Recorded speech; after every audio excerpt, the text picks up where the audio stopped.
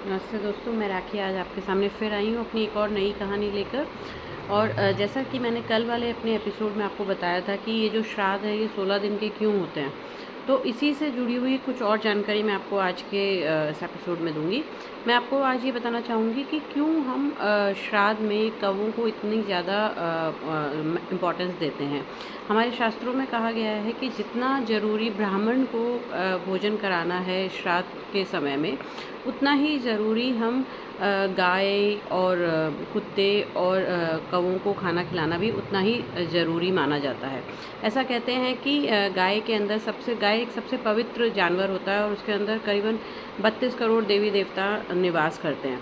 पर श्राद्ध में स्पेशली ऐसा माना जाता है कि आपने अगर भोजन निकाला है और कौवों ने खाया है, तो वो खाना आपके पूर्वजों तक पहुंच गया है।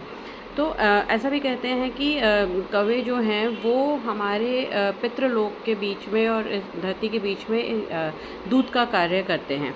तो इसके पीछे एक छोटी सी कहानी है, मैं आपको बता देती हूँ कि ऐसा कहते हैं कि इंद्र के जो पुत्र थे जयंत, उन्होंने सबसे पहले कौवों का रूप लिया था।